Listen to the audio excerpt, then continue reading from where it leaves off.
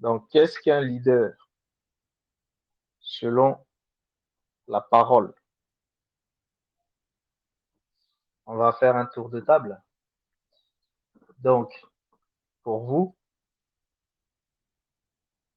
qu'est-ce qu'un leader? Bon, alors, qu'est-ce qu'un leader? Le leader, c'est celui qui montre l'exemple.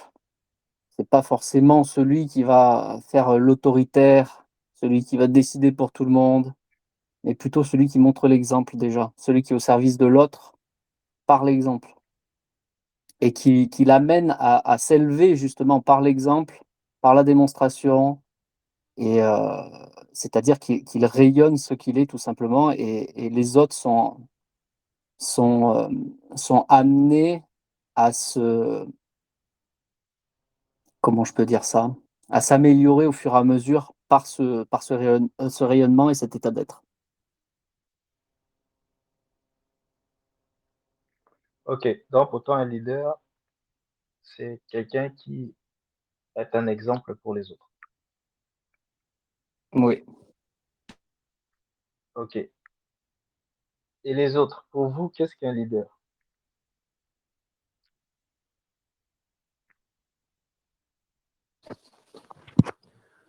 Bon, alors, moi je dirais qu'un leader, c'est celui qui amène,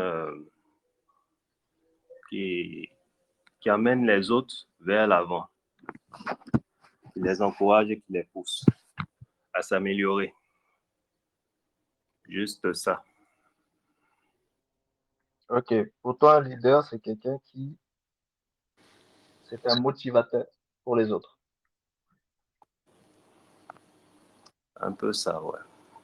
Et qui aussi, qui a cette qualité-là de, euh, comment je peux dire ça? Euh, En général, on dit chez nous, il donne sa poitrine pour les autres. C'est-à-dire en cas de pépin, il est toujours là pour, pour encaisser, prendre les pots cassés pour les autres.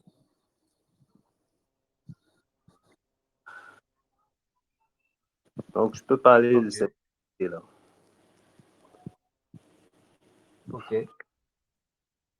Et les autres, qu'est-ce qu'un leader pour vous? Selon, bien sûr, les autres.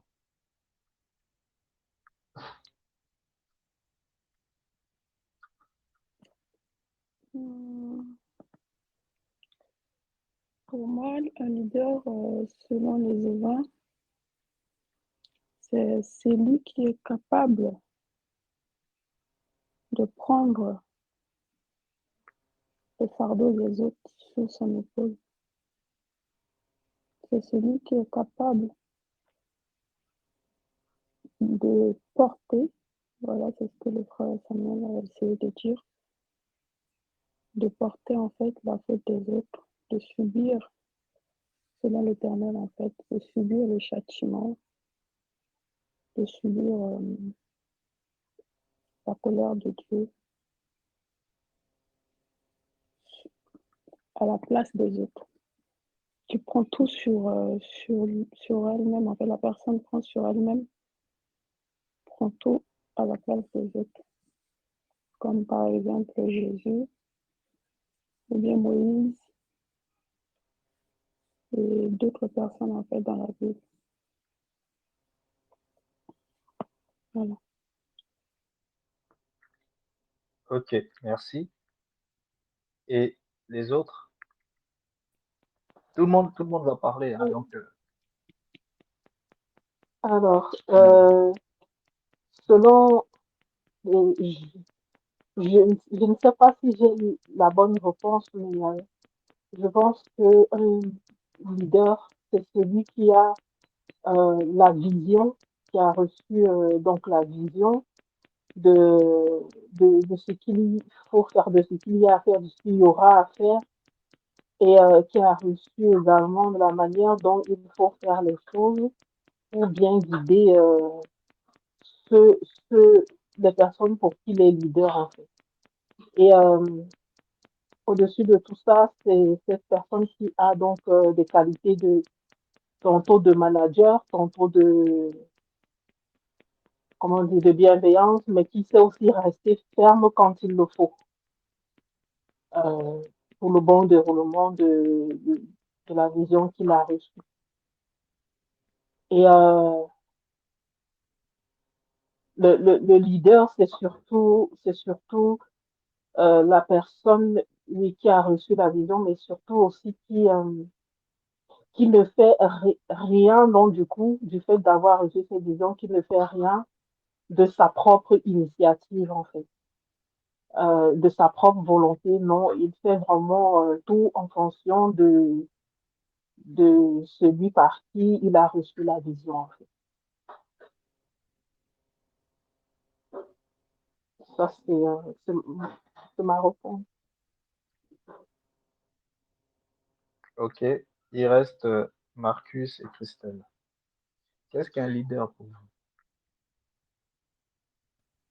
Alors pour moi, un leader, c'est quelqu'un qui est la voix des sans-voix et qui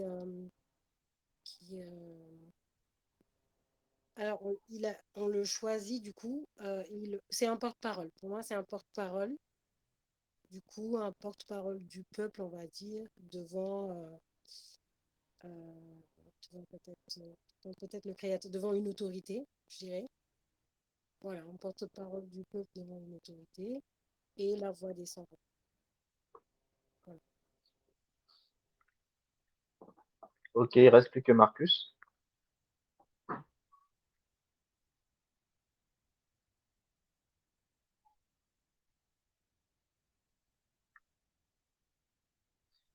Bon, on dirait que Marcus n'est pas disponible. Bon, c'est pas grave, il entend. Bien. Merci à tous pour votre participation, pour vos réponses. Réponses qui sont toutes correctes. Mais c'est pas ça un leader.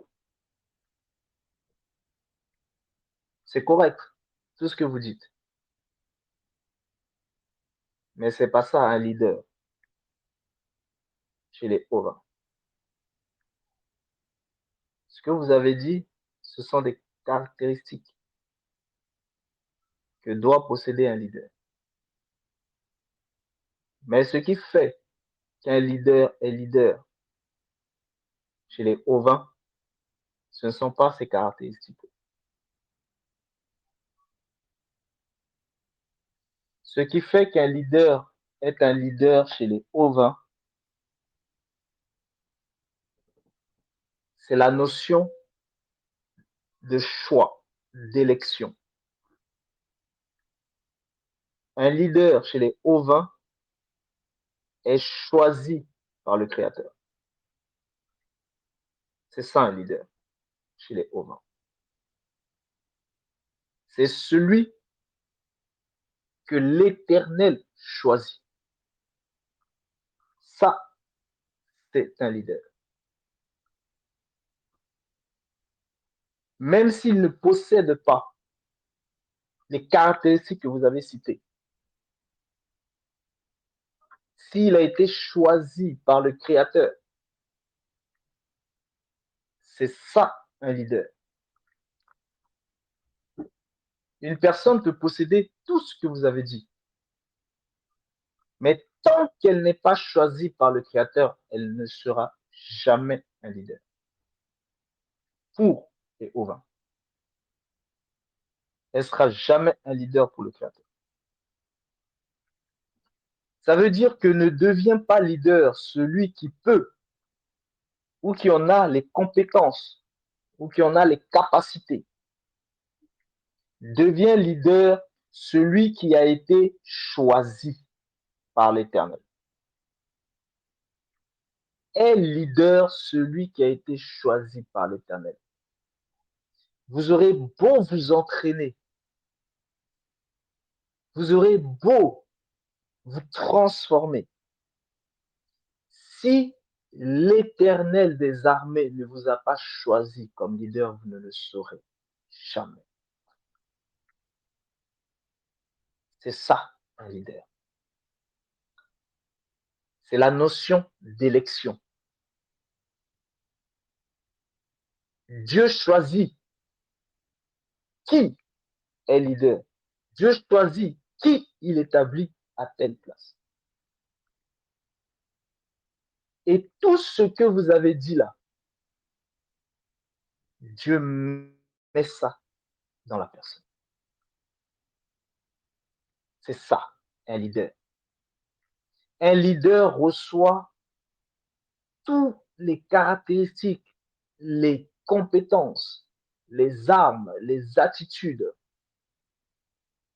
pour être un leader lorsqu'il reçoit justement l'élection de l'Éternel pour être un leader. C'est pour ça qu'il dit à Moïse, qui a créé la bouche? Moïse dit, je vous ai lu le passage hier, Moïse dit, je ne sais pas parler. Or, vous êtes bien d'accord avec moi qu'un leader doit quand même savoir parler, il doit avoir de l'éloquence. Il doit savoir convaincre. Il doit, quand il parle, les gens l'écoutent. Les gens sont abasourdis à ses paroles. Les gens sont couchés à ses lèvres. C'est ça, pour la plupart des gens, un leader. Or, Moïse dit, je n'ai rien de tout ça. Je ne sais pas parler. J'ai la langue difficile. L'Éternel lui a dit, qui a créé la langue?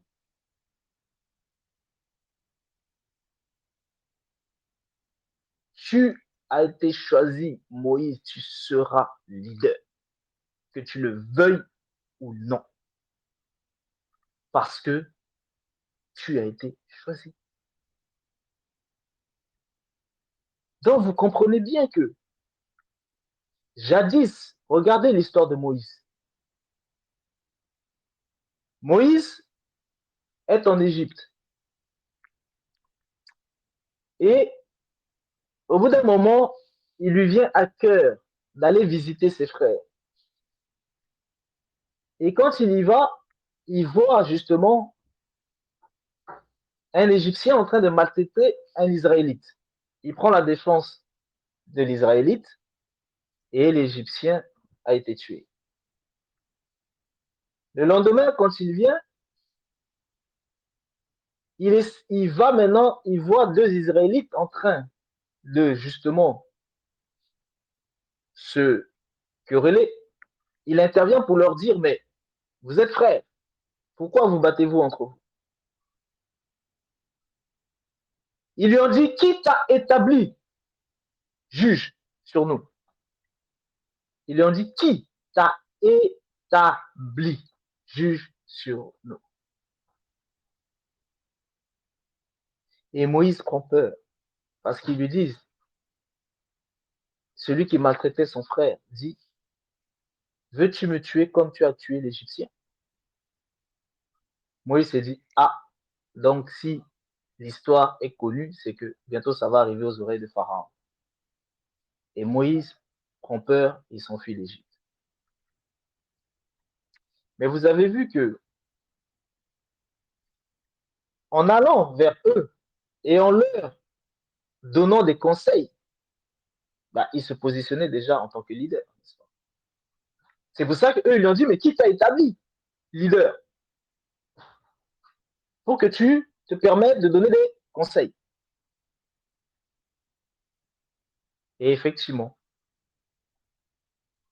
la Bible nous dit que Moïse se disait que ils allaient comprendre que c'est à travers lui que Dieu va leur donner la libération. Mais Dieu n'avait pas encore choisi Moïse.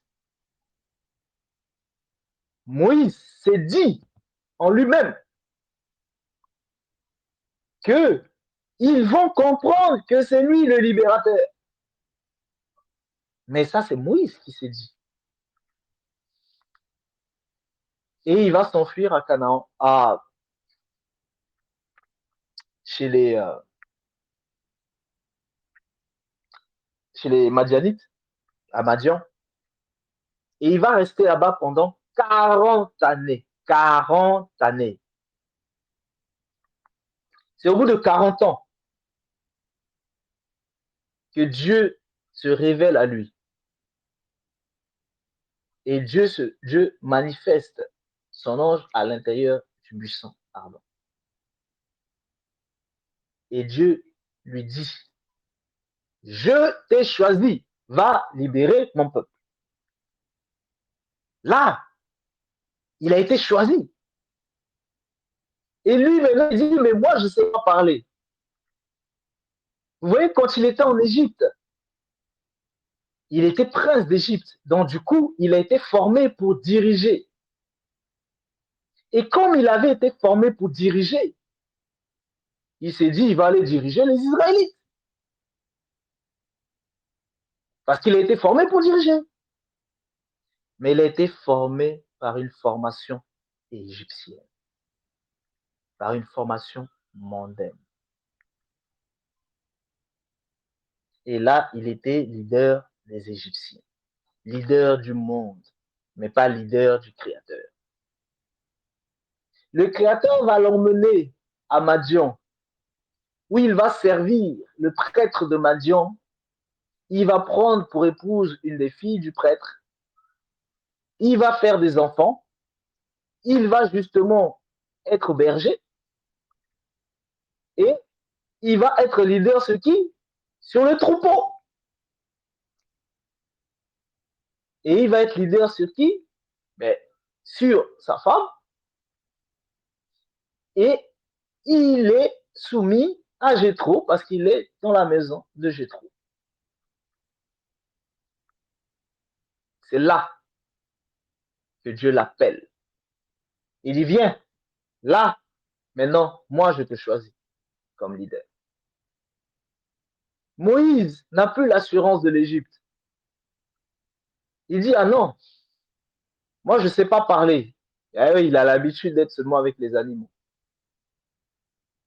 Il est avec Jéthro et avec sa femme et les sœurs de sa femme. Donc, il n'est pas dans un environnement pour guider qui que ce soit. Et du coup, il perd de cette assurance que l'Égypte lui avait donnée. C'est l'assurance qui lui avait permis de se lever contre l'Égyptien. C'est l'assurance qui lui a permis de vouloir venir dire aux Israélites ce qu'ils devaient faire. C'est l'assurance qui lui a permis de croire en lui-même que eux, ils vont comprendre que c'est lui le libérateur. Mais tout ça là, ça n'a rien à voir avec l'Éternel. Rien du tout. Mais quand l'Éternel va le choisir, il avait déjà perdu son assurance. Il avait perdu son assurance d'Égypte. Ça fait quand même 40 ans. Il a fait 40 ans à Madian, 40 années, où il avait une vie toute simple, où il s'occupe que de ses affaires. Les idées de guider un peuple, tout ça là, c'est fini, c'est parti de sa tête. Il est établi sur un troupeau. Il fait paître le troupeau, et c'est même pas son troupeau à lui, c'est le troupeau de Jéthro, son beau-père. Donc, vous comprenez bien qu'à ce moment-là, toute velléité de leadership mondaine égyptienne était sortie de lui. Alors là, il ne se voyait plus du tout leader de quoi que ce soit. C'est là que l'Éternel l'appelle. Il dit, toi, viens. Allez, va en Égypte. Moïse dit, quoi? Moi? Il dit, oui, toi, va en Égypte. Moïse dit non, c'est pas possible. Et on vous dit, l'Éternel s'enflamme contre Moïse. Parce que Moïse refuse. Celui qui s'était levé pour être leur chef, il refuse. Il dit non, j'y vais pas. Il dit, je ne peux pas, je n'ai pas les capacités de, je ne suis pas cette personne, je ne peux pas. Je ne sais pas parler, voilà. Il avait perdu toute forme d'assurance qu'il avait en Égypte. L'Éternel dit, si, maintenant tu es prêt. Maintenant tu es prêt, va.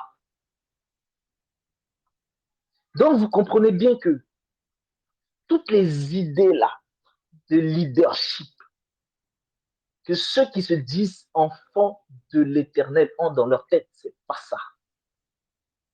C'est pas ça. Tout ça, c'est mondain. L'Éternel choisit celui qui a d'abord été brisé. Vous allez tous penser que, ah, mais Jésus était leader. Ah bon? Jésus est devenu véritablement leader après sa résurrection. Parce qu'il a été brisé, humilié, rabaissé. La Bible dit, existant en forme de Dieu, il n'a pas vu comme quelque chose d'important d'être égal avec Dieu. Et il s'est dépouillé lui-même pour souffrir jusqu'à la croix, jusqu'à la crucifixion. Il a été humilié. Ça, c'est quel roi qui est humilié de la sorte? Dieu, l'Éternel des armées, l'a humilié. Il l'a rabaissé plus bas que terre. D'ailleurs, il a été tellement rabaissé qu'il est allé dans le séjour des morts. Il est allé en enfer. Ça, c'est ce qu'on appelle plus bas que terre. C'est l'enfer. Il est allé dans les entrailles de la terre. Ça, c'est être rabaissé. Donc, c'est là que l'Éternel l'élève. Et il va s'asseoir sur le trône avec l'Éternel. Et là, il est leader de tous.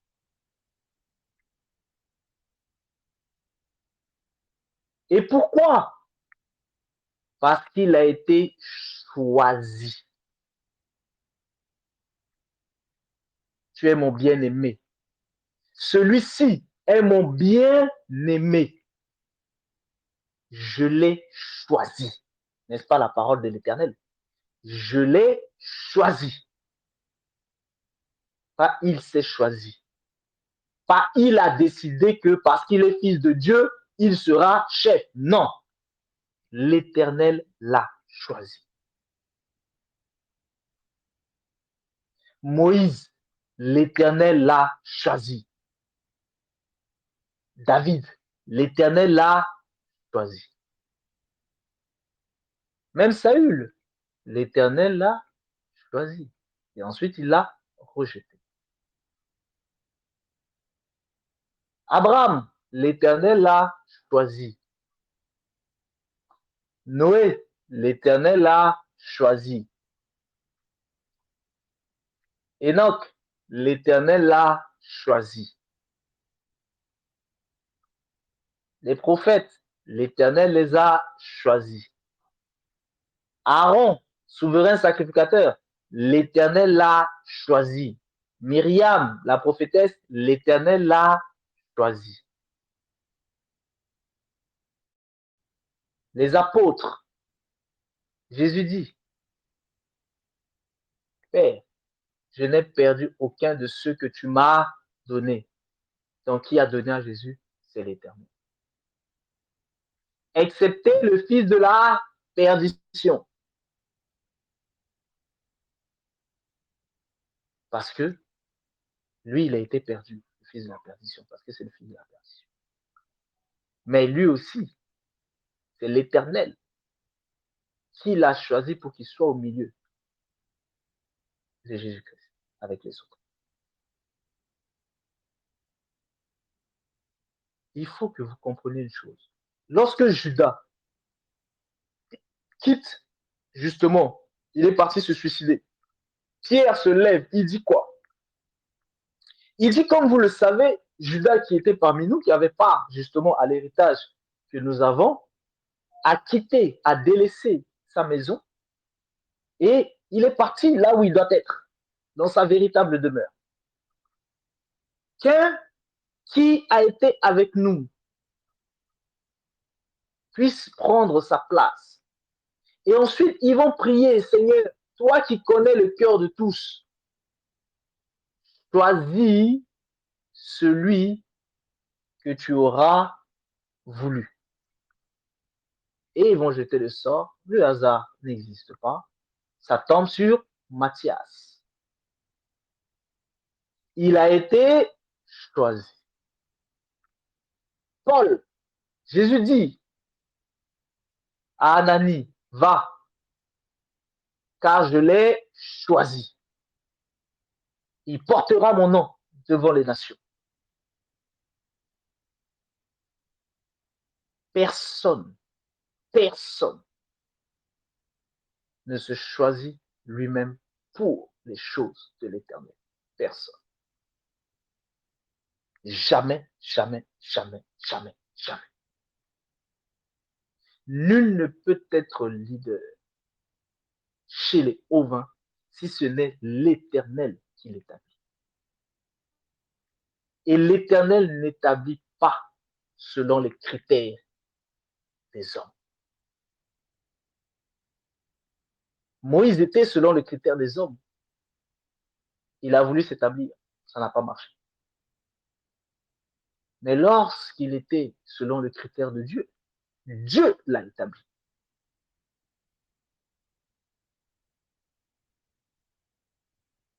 Il faut bien comprendre que l'on n'est pas leader parce qu'on le veut.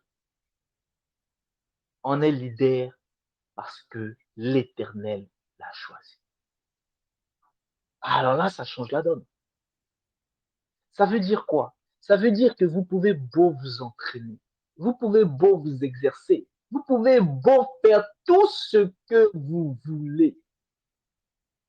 Si l'Éternel ne vous a pas choisi, vous ne serez jamais leader pour l'Éternel. C'est la stricte vérité. Cette vérité, elle est difficile à avaler. Pourquoi? Parce que nous avons tous des désirs. Nous avons tous des ambitions. Nous avons tous, justement, des projets. Mais l'homme établit beaucoup de projets, mais seuls ceux de l'Éternel s'accomplissent. Ça veut dire que tant que l'Éternel ne fait pas un choix, quiconque veut s'établir sera automatiquement établi en opposition à l'Éternel. Écoutez bien, quand l'Éternel établit, c'est en accord avec lui. Quand l'homme s'établit lui-même, ou quand l'homme établit les autres, c'est en désaccord avec l'Éternel. Vous voyez pourquoi? Parce que l'Éternel ne regarde pas aux apparences. C'est pas parce que quelqu'un est éloquent, c'est pas parce que quelqu'un a l'air de bien parler, c'est pas parce que quelqu'un est fort, c'est pas parce que quelqu'un est beau, c'est pas parce que quelqu'un est si, c'est pas parce que quelqu'un manifeste des apparences, que ce soit physique, que ce soit intellectuel, que ce soit auditive, que ce soit en pensée, que ce soit instinctif, peu importe, c'est pas parce que quelqu'un manifeste ça que l'Éternel regarde à ça. L'Éternel ne regarde pas à ça. au milieu des frères de David. Ils étaient tous là. Quand ils sont venus devant euh, Samuel, quand il l'envoyait, certains, il était impressionné. Il dit, ah ouais, ça doit être celui-là. Tiens. Ah, il a l'air...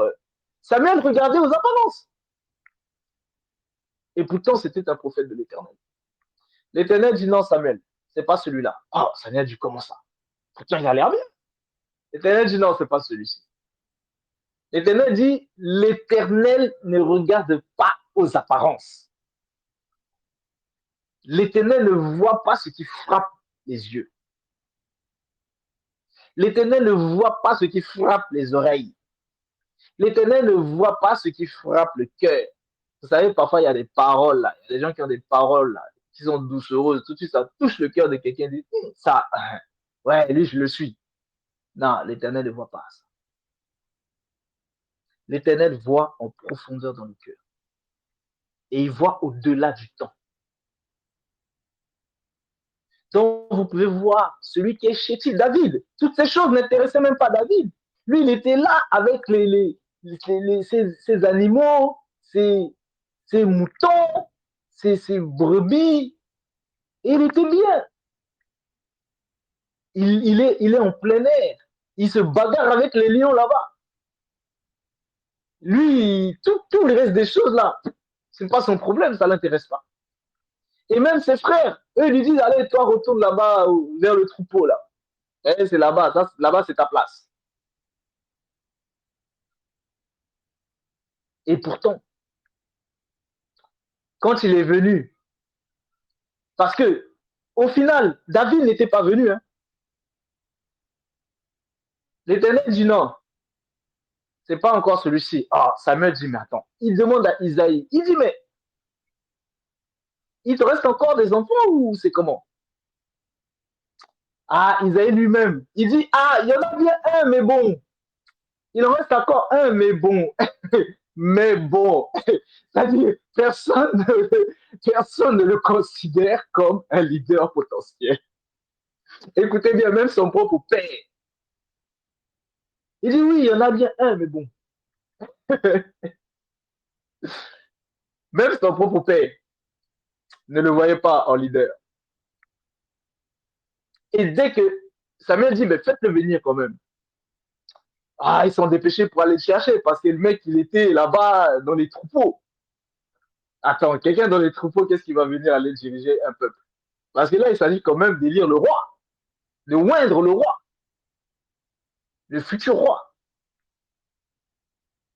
Et quand David arrive, il est tout petit. Voilà. L'Éternel dit, Samuel, c'est lui. Lève-toi et oins-le. Ah.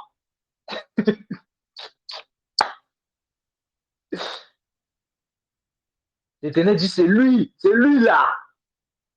Voilà. Le roi selon mon cœur, c'est lui. Allez, oins-le. Ah.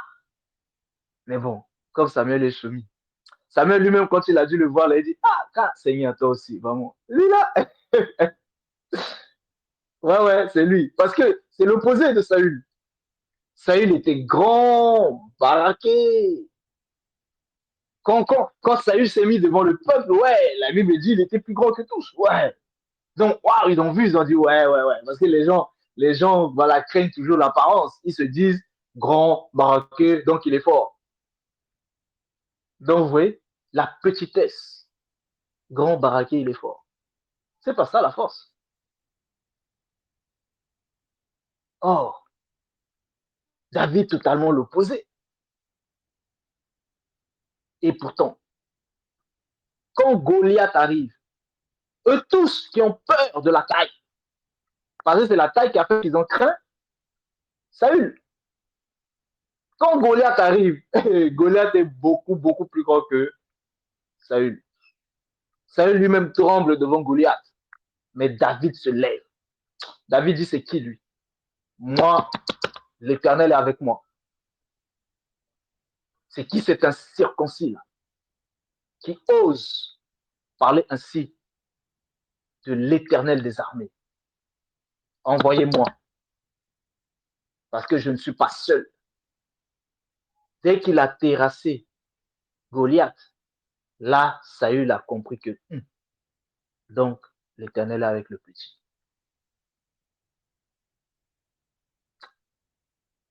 Vous comprenez?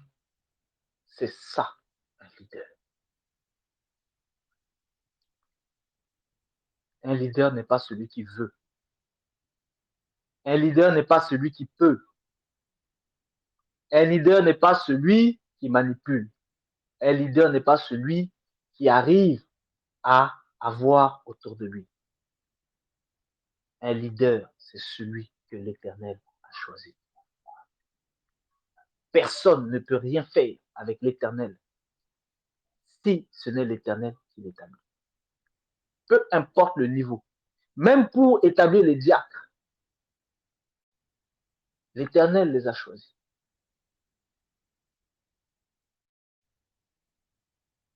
Donc, vous devez comprendre que vous devez oublier toute la façon dont vous concevez le leadership. Ça, c'est du mondain. C'est du bovin. Le leadership avec l'Éternel se résume en une seule chose, l'élection. C'est l'Éternel qui choisit. C'est l'Éternel qui va élire celui qu'il aura choisi. C'est ça, un leader. Or, vous le savez, l'Éternel résiste aux orgueilleux. Il fait grâce aux humbles. Quiconque est orgueilleux ne pourra jamais être leader pour l'Éternel. Jamais. Jamais. Jamais. Jamais. La personne peut le désirer de tout son cœur. La personne peut s'entraîner de tout son cœur.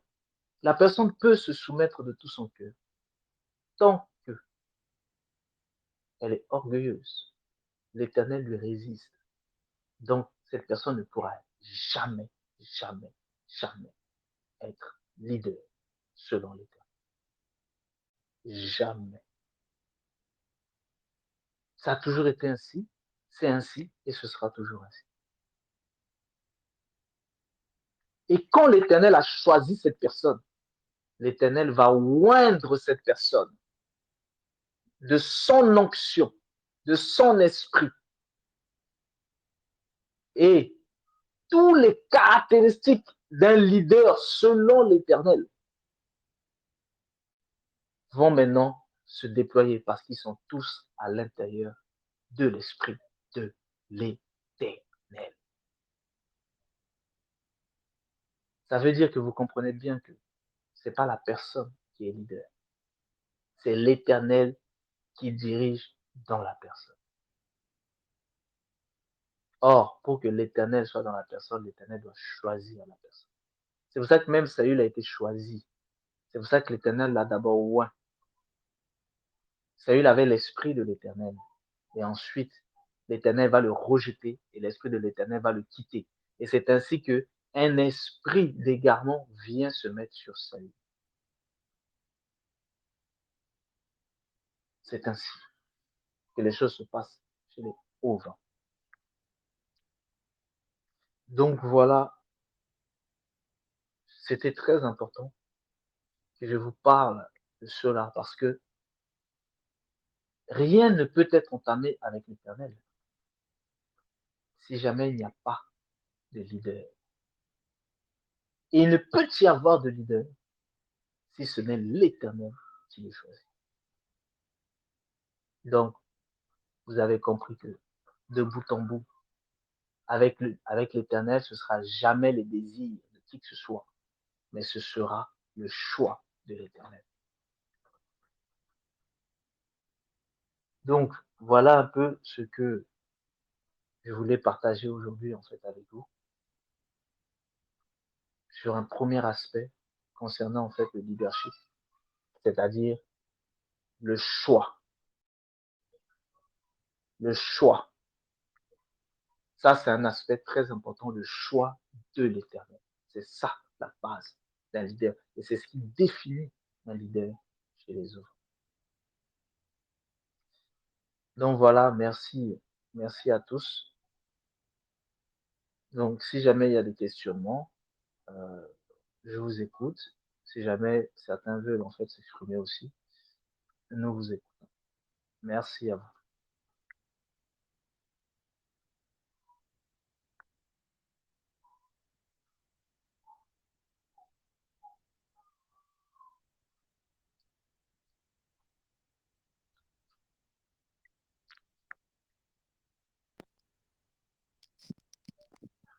Merci, frère. Alors, moi, j'avais une question. Je ne sais pas si on peut poser des questions, du coup. Oui, c'est pour ça que j'ai dit, si vous avez des questions, vous Ah. pouvez, si vous voulez vous exprimer, vous pouvez aussi. Oui, désolé, je n'avais pas entendu. Et donc, je voulais savoir, du coup, quels sont les signes du choix de Dieu? Est-ce que tu peux parler un peu plus à côté de ton micro, s'il te plaît? Oui, je disais, quels sont les signes du choix de Dieu? Quels sont les signes qui vont prouver à une personne que l'Éternel l'a choisi, c'est ça? Oui, voilà. Celui que l'Éternel choisit, il n'a pas besoin de signes. Il le sait. Parce que l'Éternel le lui dit. Il lui dit, je t'ai choisi. C'est vrai en plus. C'est vrai. C'est vrai en plus. Oui, c'est vrai en Il est plus. vivant. Toutes les personnes qu'il a choisies, il le leur a dit. Il envoie ses envoyés, ou lui-même, il parle à la personne. Mais il le dit. Sa parole est transmise à la personne, afin que la personne sache qu'il l'a choisi. Et il va maintenant lui dire ce qu'elle va faire. Il va aussi lui dire ce qu'elle sera. Il a dit à Moïse, je te fais Dieu pour Pharaon, et Aaron sera ton prophète. Il a défini à Moïse ce que Moïse sera pour Pharaon. Et Pharaon était le plus puissant du monde. Donc, ce que Moïse est pour le monde. Moïse était Dieu pour Pharaon. Donc, Dieu pour le monde. Et Aaron était le prophète de Moïse. Tout comme vous avez vu, Moïse a dit, l'Éternel vous enverra un prophète comme moi, comme Moïse. Et quand Jésus est venu, Jean-Baptiste était son prophète. Et Jésus était Dieu pour le monde. Il était le temple de l'Éternel. Et oui.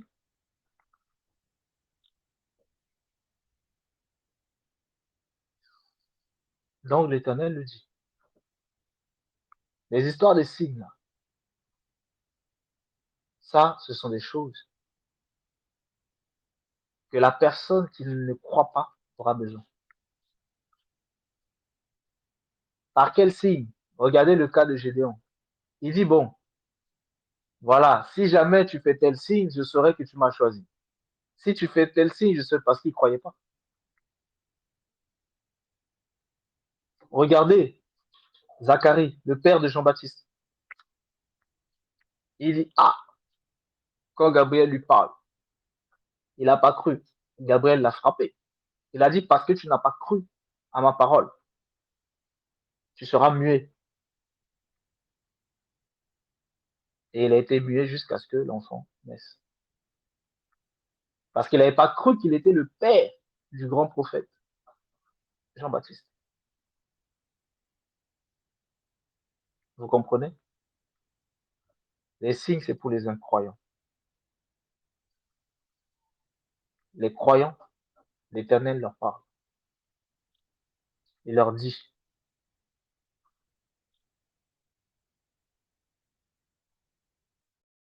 donc si l'Éternel ne vous parle pas, attendez qu'il vous parle. Parce que derrière ça, c'est quoi? C'est l'envie d'aller chercher des signes. Et du coup, vos désirs vont vous révéler beaucoup de signes. Et oui, et vous allez interpréter tous ces signes. alors que ce sont vos désirs. Quand l'Éternel choisit, il dit, il parle. S'il y a un prophète, il utilise la bouche du prophète, il dit.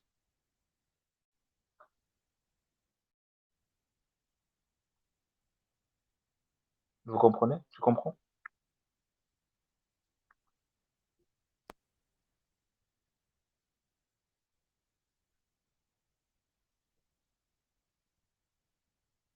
Donc voilà.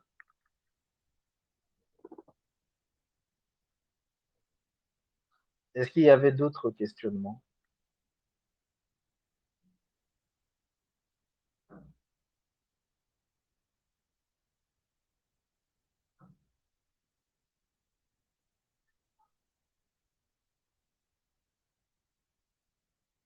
Bon. Bon, bah écoutez.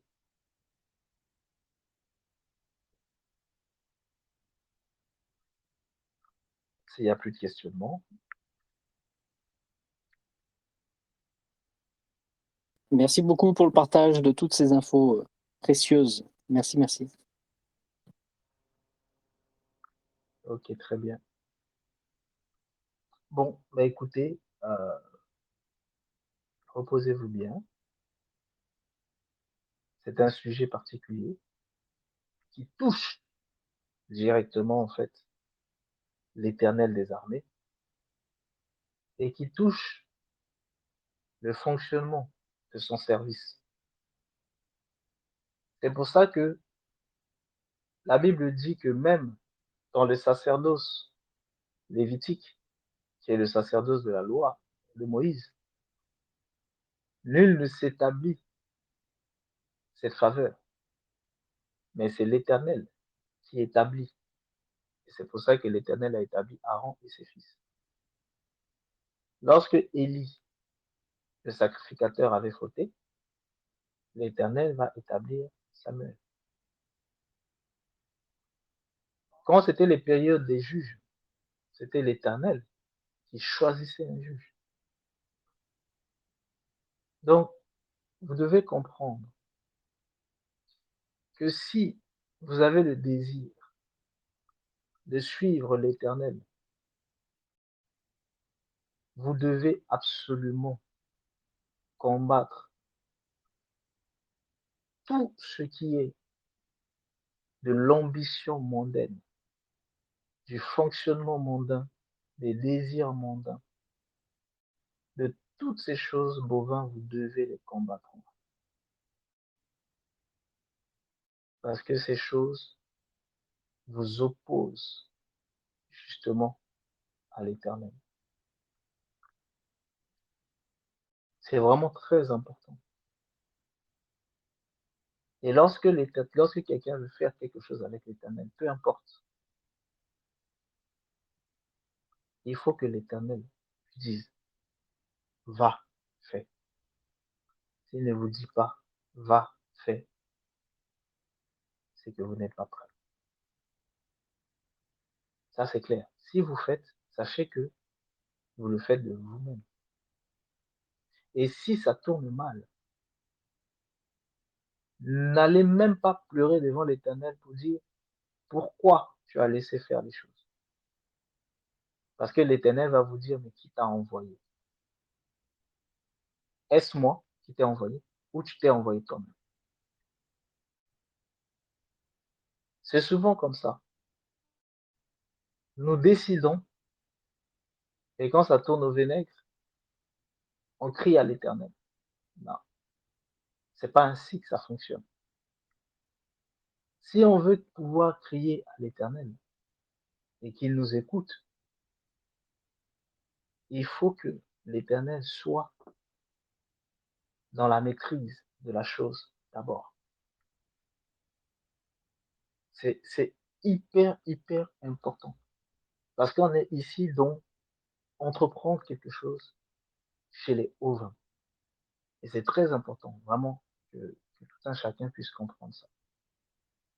Ce qu'on entreprend chez les ovins doit avoir l'aval de l'Éternel. Sinon, sachez que vous le faites pour les bovins. Et vous mentez à vous-même en vous disant que vous le faites pour les bovins. Ça, c'est la vérité. Donc, voilà ce que je voulais absolument partager avec vous, en fait, aujourd'hui, dans le groupe, en fait, le Business Conseil, afin que vous puissiez comprendre comment faire les actions avec l'Éternel, comment faire les projets avec l'Éternel, comment entreprendre quoi que ce soit avec l'Éternel. C'est pour ça que l'Éternel dit, le livre de la loi, il est là, si jamais vous le méditez jour et nuit, et qu'il se trouve en fait dans votre cœur, ben, vous réussirez dans ce que vous entreprendrez. Pourquoi? Parce que vous entreprenez selon l'Éternel. C'est ça vraiment qu'il faut comprendre. Il ne suffit pas de dire je suis croyant, il ne suffit pas de dire je crois, il ne suffit pas de dire non. Réussit dans son entrepreneuriat celui qui entreprend avec la loi de l'Éternel, avec lui, avec la parole de l'Éternel, avec lui. Celui-ci réussit dans ce qu'il entreprend. Parce que l'Éternel sera avec lui. Mais celui qui n'entreprend pas avec la parole de l'Éternel, celui qui n'entreprend pas avec la loi de l'Éternel n'est pas avec lui.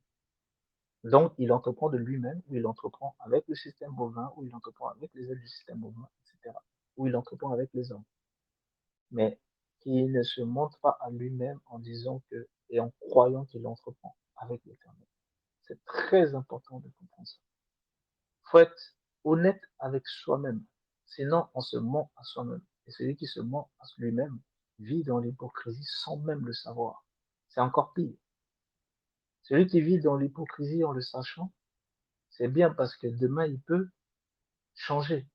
Parce qu'il savait qu'il était dans l'hypocrisie. Et demain, lorsque son cœur redevient correct, eh bien, il va justement se reprendre et il va revenir dans le correct. Mais celui qui ne sait pas qu'il est dans l'hypocrisie, il ne pourra jamais se reprendre. Parce qu'il ne sait même pas qu'il était en faute. Donc, c'est vraiment très important de comprendre en fait tous ces aspects-là. Donc, merci à tous et reposez-vous bien. Et nous nous disons à vendredi du coup. Et bien sûr, comme d'habitude. Merci à tous. Merci beaucoup. Merci Merci beaucoup tout le monde. Merci à vous tous.